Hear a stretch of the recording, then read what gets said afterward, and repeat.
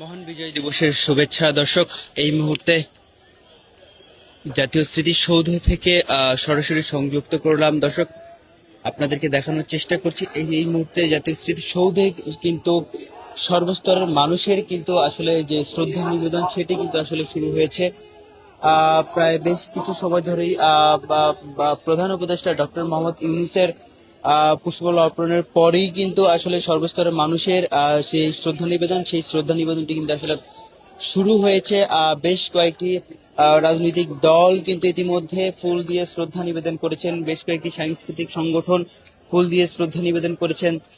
শ্রদ্ধা নিবেদন করে তারা সাংবাদিকের সাথে কথাও বলেছেন এবং 16ই ডিসেম্বর মহান বিজয় দিবসকে সামনে রেখে আসলে মানুষের ভিতরে যে একটা দেশের যে টান এবং দেশের প্রতি যে ভালোবাসা সেটি কিন্তু আসলে মানুষের ভিতরে ফুটে উঠেছে আসলে আজকের এই দিনটাতে। আমরা কিন্তু এটাই আসলে দেখতে পাচ্ছি।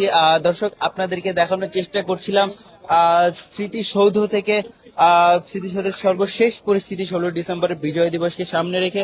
এই মুহূর্তে আপনারা দেখতে পাচ্ছেন যে এনসিপি এবং ছাত্র শক্তির নেতা কর্মীরা কিন্তু আসলে ঠিক স্মৃতিসৌধের গেটের সামনে কিন্তু তারা কিন্তু অবস্থান করছেন এবং তারপর কিন্তু তারা এখান থেকে র্যালি করে কিন্তু তারা ফুল নিয়ে শ্রদ্ধা নিবেদন করতে যাবেন।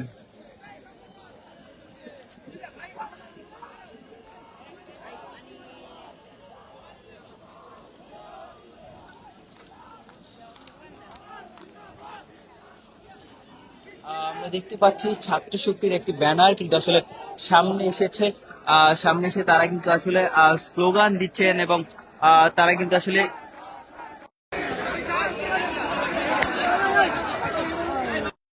বিজয় দিবসের যে আসলে শ্রদ্ধা নিবেদনের যে আসলে যে বিষয়টি আসলে ফুল সামনে রেখে ব্যানারটি পেছনে রেখে আহ, তারা কিন্তু সেটি করছে এবং জাতীয় ছাত্র শক্তি সাভার জেলার আসলে যে কমিটিটা রয়েছেন তারা কিন্তু আসলে ফুল দিয়ে সামনে দিয়ে তার ভিতর দিয়ে কিন্তু আরেকটি যে সংগঠন বিএনপির সাভারের কোন একটা সংগঠন কিন্তু আসলে তারা ফুল নিয়ে শ্রদ্ধা নিবেদন করতে যাচ্ছেন। আপনারা দেখতে পাচ্ছেন যে